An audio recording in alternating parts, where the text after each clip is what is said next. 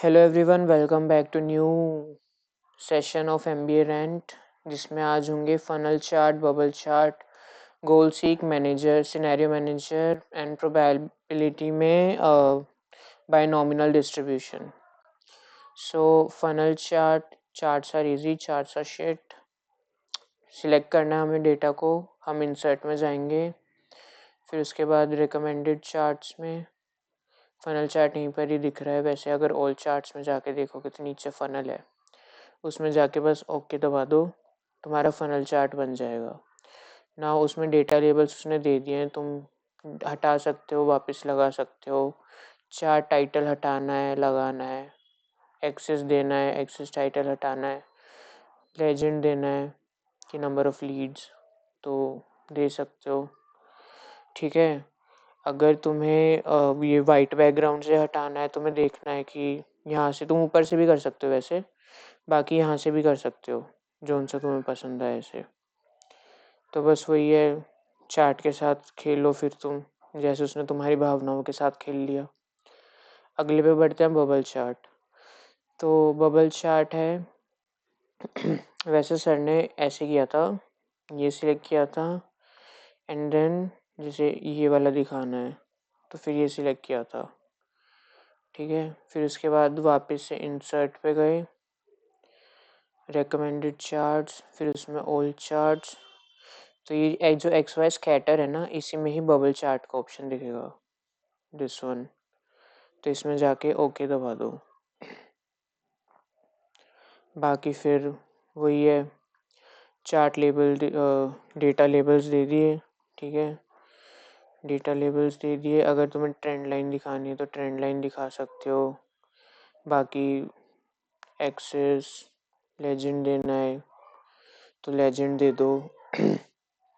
I really don't think कि ये काम में आएगा, मतलब टेस्ट में. बाकी यहाँ से फिर वापस खेल लो चार्ट के साथ. अब इस चार्ट के साथ वैसे खेलो जैसे तुम अपनी ज़िंदगी के साथ खेल रहे हो. आगे बढ़ते हैं. गोल सीक्वेंस थोड़ा डिफ़िकल्ट, मतलब डिफ़िकल्ट तो नहीं है, कॉन्सेप्ट समझ लोगे तो ईजी है. फॉर एग्जांपल यहाँ पे करके बताता हूँ. मैंने इसको डिलीट मार दिया, तो जो हमारी परसेंटेज है 59 बन गई. आई होप परसेंटेज निकालना आता. परसेंटेज इज नथिंग, इसका सम किया. ठीक है. डिवाइडेड बाय 500 बिकॉज 5 सब्जेक्ट्स हैं, इनटू 100. ठीक है. अब हम यहाँ पर जैसे लिख देते हैं मैंने 98 स्कोर किया, तो हमारे 79% बन गई. बट हम गोल सीक के थ्रू करते हैं. सो गोल सीक के उसमें स्टेप्स लिखे हुए हैं. तो गोल सीक में क्या करना होता है, हम डेटा एनालिसिस पे जाते हैं, डेटा पे जाते हैं, व्हाट इफ एनालिसिस, और इसमें गोल सीक में जाते हैं. तो इसमें जो सेल होता है, पहले वाला होता है, वो हमारा होता है परसेंटेज सेल, कि हमारी कितनी परसेंटेज अभी है. तो हमारी 59.8% है. इसके अभी नंबर लगे नहीं है, तो हमें टारगेट चाहिए 80% से चाहिए. अब इसमें आता है चेंजिंग सेल, जो चेंज होगा. तो याद रखना, पहला इस परसेंटेज सेल, मैंने लिखा भी हुआ है परसेंटेज सेल, फिर उसके बाद जो टारगेट है हमारा 80, और फिर ब्लैंक सेल जिसमें चेंज करेंगे हम 80 तक जाने के लिए. तो हमने ओके मारा. तो 100 में से 101 नंबर लाने पड़ेंगे, जो कि इम्पॉसिबल होता है. तो हमारा गोल सीक थोड़ा, अगर मैं इसको 85 कर दूं तो ये 80.6 है, हमें फिर से गोल सीक लगाना पड़ेगा. तो फिर से वापस जाते हैं, वापस से समझ लो what if analysis, goal seek. अब हमारा जो सेल है वो ये वाला है 80.6. हमारा 80% चाहिए मेरे को, और ये चेंजिंग सेल ये वाला है. ओके कर दिया. 98 नंबर में हमारा 80% हो जाएगा. आई होप गोल सीक समझ में आ गया होगा. अब सिनेरियो मैनेजर करते हैं. तो मैं सिनेरियो मैनेजर भी अलग ही करके दिखा रहा हूँ. ठीक है. एक सेकेंड. फॉर एग्जांपल हमने 5 लाख का लोन लिया है. ठीक है. हमने 5 लाख का लोन 10% रेट के हिसाब से लिया है, और 7 साल के लिए आई। दिस इज HDFC का केस जो कि आपको दिख रहा होगा। एक सेकेंड, होल्ड, अब अच्छे से दिख जाएगा। तो हमने यहाँ पर ये लिया हुआ है, फिर हमने हमने ये निकालने के लिए, मेनली मैंने कैलकुलेशन समझाने के लिए किया है वापस। तो कैलकुलेशन समझाने के लिए हम फॉर्मूला लगाएंगे कितना अमाउंट होगा 10% रेट के हिसाब से, और 7 साल बाद हमने टोटल कितना अमाउंट दिया है। तो कंपाउंडेड इंटरेस्ट चाहिए। कंपाउंडेड इंटरेस्ट का फॉर्मूला यूज होता है which is P plus 1 plus this के 9%, और उसके बाद हमारी 7 years, ठीक है। तो फिर उसके बाद मैंने कहाँ गलती कर दी है, तो परसेंट को यूज़ करके अगर डिवाइडेड बाय 100 करता हूँ,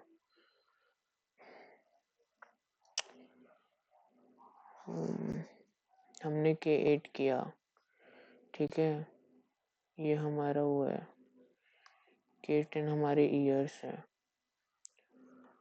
तो आई डोंट थिंक कि कोई दिक्कत तो आनी चाहिए। एक बार इसमें मैं देखता हूँ। अच्छा सॉरी, हाँ मैथमेटिकल ऑपरेशन है तो यहाँ पर प्लस नहीं था, मल्टीप्लाई था, माय बैड, मल्टीप्लाई लिखा हुआ है। फिर उसके बाद हमने कितना इंटरेस्ट दिया है, तो इंटरेस्ट इज नथिंग, जो इसमें से हमने प्रिंसिपल अमाउंट निकाला है, ये इतना इंटरेस्ट दिया है हमने, ठीक है। अब हमने बोला कि EMI बांध दो हमारी, तो दिस डिवाइडेड बाय, हमने इतना अमाउंट देना है, ब्रैकेट ओपन करके अगर हम इसको इंटू 12, वाई 12 क्योंकि मंथली EMI है। अगर मंथली की जगह सेमी एनुअल EMI होती तो यहाँ पे सिर्फ 2 से इंटू होता। कॉन्सेप्ट को अंडरस्टैंड करना। अगर क्वार्टरली होती तो यहाँ पे हम 12 की जगह 4 को मल्टीप्लाई कर देते। तो अभी हमने मंथली EMI निकालनी है, तो 7 ईयर को 12 से मल्टीप्लाई किया और इससे डिवाइड कर दिया। अब थोड़ा ट्रिकी पार्ट आता है, मेरे को खुद को भाई समझने में मेरे को 3-4 बार ट्राई करना पड़ा था इसको, सिनेरियो मैनेजर को। तो ये कैलकुलेशंस तुम्हें करनी ही पड़ेगी, इसके बिना नहीं चलेगा सिनेरियो मैनेजर। तो सिनेरियो मैनेजर करने के लिए डिलीट करके दिखा देता हूँ सब कुछ। ऐसे खुलेगा सिनेरियो मैनेजर, तो हम ऐड करेंगे। तो मैंने नाम ले लिया HDFC, ठीक है, और चेंजिंग सेल्स। तो जो चेंजिंग सेल्स है ना हमारे ये वाले हैं। एक्चुअली 5 लाख तो जैसे देखो वो है, फिक्स्ड ही है सब में। बट ऐसा भी हो सकता है कि तुमने 5 लाख नहीं, तुमने 6 लाख का लोन लिया है, ठीक है। तुमने SBI से 10 लाख का लोन लिया है, बाकी में 5 का लिया है, किसी में 8 का लिया है। तो इसलिए चेंज करने के लिए ये लगा है। और मैं दूसरा रीज़न मैंने 5 लाख क्यों लिखा है इसमें, क्योंकि 5 लाख ना फिर वो जब हम सिनेरियो समरी निकालेंगे ना, तो उसमें भी 5 लाख का लोन दिखेगा कि इतना लोन था, इतने अमाउंट का लोन था। फिर हम ओके दबाएंगे। फिर पहले में तो सेम ही है, ये मैंने HDFC का ही केस उठाया, ओके दबा दिया। फिर मैंने ऐड किया, फिर उसके बाद मैंने ICICI, ठीक है। चेंजिंग सेल्स हमारे सेम रहेंगे, बस ओके दबाना है। 5 लाख हमारा सेम है। हमने अब 8.5 का इंटरेस्ट है एंड 5 years, ठीक है, ओके। फिर ऐड करेंगे हम SBI। ये वाला डेटा मैं कहीं, ये सिर्फ यहीं से उठाया है सेम, ठीक है, कंफ्यूज मत होना भाई। तो फिर ओके, एंड देन जब ये सब हो जाएगा तो हम समरी पे जाएंगे, ठीक है। अब समरी पे जाएंगे तो हम ये जो 3 हमने कैलकुलेशंस करी है ना, इसके अंदर कैलकुलेशंस होनी चाहिए, अगेन भले ही लिख लो कहीं पे।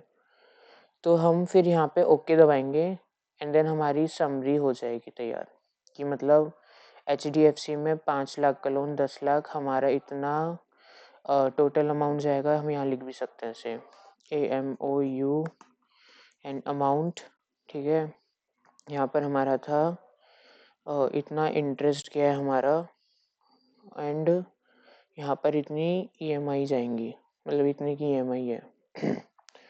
अमाउंट की स्पेलिंग में ओ ओके, HDFC ICICI, यहाँ पर हम लिख सकते हैं कि हमारा इतना प्रिंसिपल है, इतना रेट ऑफ इंटरेस्ट है और इतना टाइम है, PRT। फॉर्मूला तुम्हें समझ में आ गया होगा। कहाँ गया ये रहा फॉर्मूला, समझ में आ गया। CI फॉर्मूला होता है A is equals to amount जो प्रिंसिपल इंटू 1+R% और T। ऑल्सो मेरे को कुछ देखना है, दिस मल्टीप्लाई बाय 1+, अगर इसको मैं सीधा परसेंटेज लिख दूँ और फिर मैं इसको मल्टीप्लाई कर दूँ power, also this sign is power का साइन, तो पावर में मल्टीप्लिकेशन होती है इसकी, कंपाउंडेड इंटरेस्ट, तो फिर हमारा सेम ही आएगा। तो यू कैन डू ऐसे परसेंटेज लिख के डिवाइड करके, वट एवर सूट्स यू। ठीक है, सिनेरियो समरी आई होप हो गई होगी। इसको 2 बार देख लेना, करके देख लेना। ठीक है, कंपैरेटिवली मतलब इजी, एक बार समझ में आ जाती है तो, बट हाँ भाई 2 बार निकाल के देख लेना इसको, मतलब अलग अलग उससे भी करके देख लेना कि यहाँ पे 5 लाख की जगह तुम चेंज करते हो तो आएगा नहीं आएगा। देन रुक जाओ, मैं भी करके देखता हूँ, 1 मिनट रुक। इसी में ही व्हाट इफ एनालिसिस मैं चेंज कर रहा हूँ, इसी में ही चेंज कर रहा हूँ। फॉर एग्जांपल ICICI में 8 लाख का ले लेता हूँ, एडिट, ओके, यहाँ पर मैं 8 लाख का ले लेता हूँ, 8 लाख, ओके, और SBI में ले लेता हूँ मैं एडिट करके, ओके, 10 लाख का,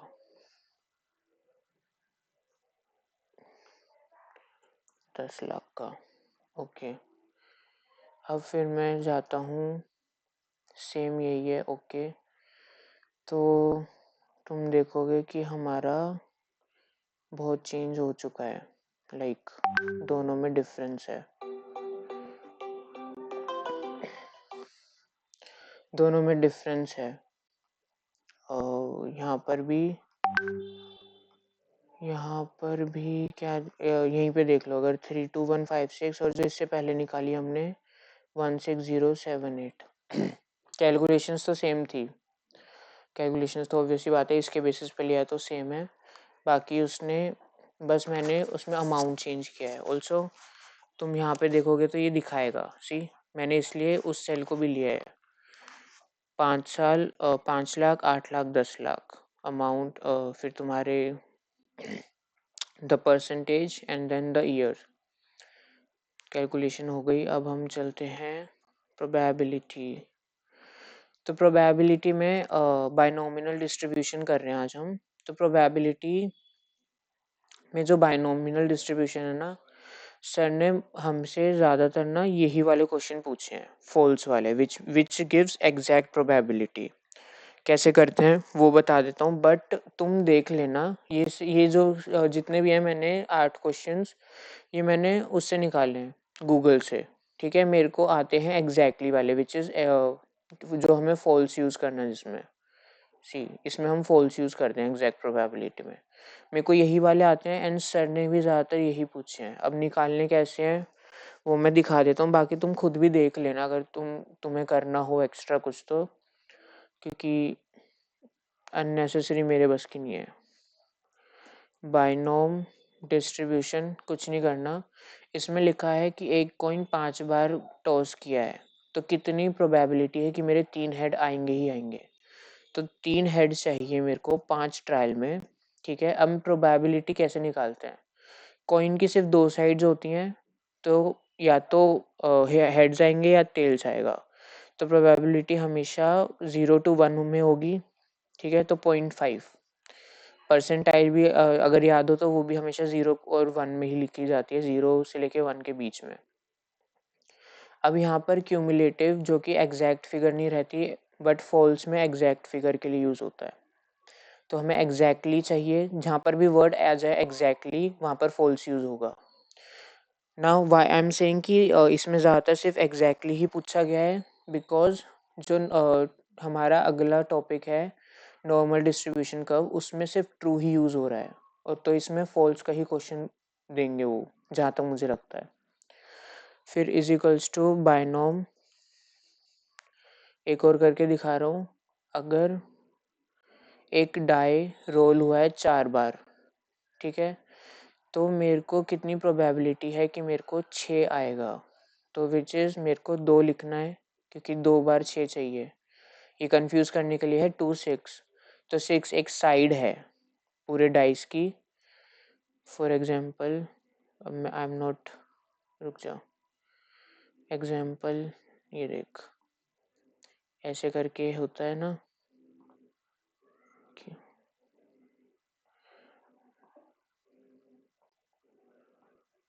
ये तेरा मतलब क्यूब वो लगा ले डाइस है, ठीक है, तो यहाँ पर 6 है, ऐसे करके।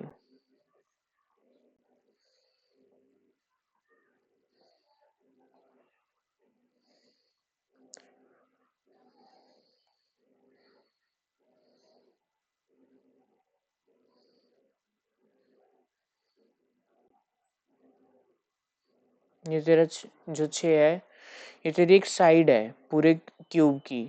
तो हम क्या लगाएंगे, इज इक्वल्स टू बायनॉम डॉट डिस्ट, ठीक है, हमें पर 2 बार चाहिए, 2 बार 6 चाहिए।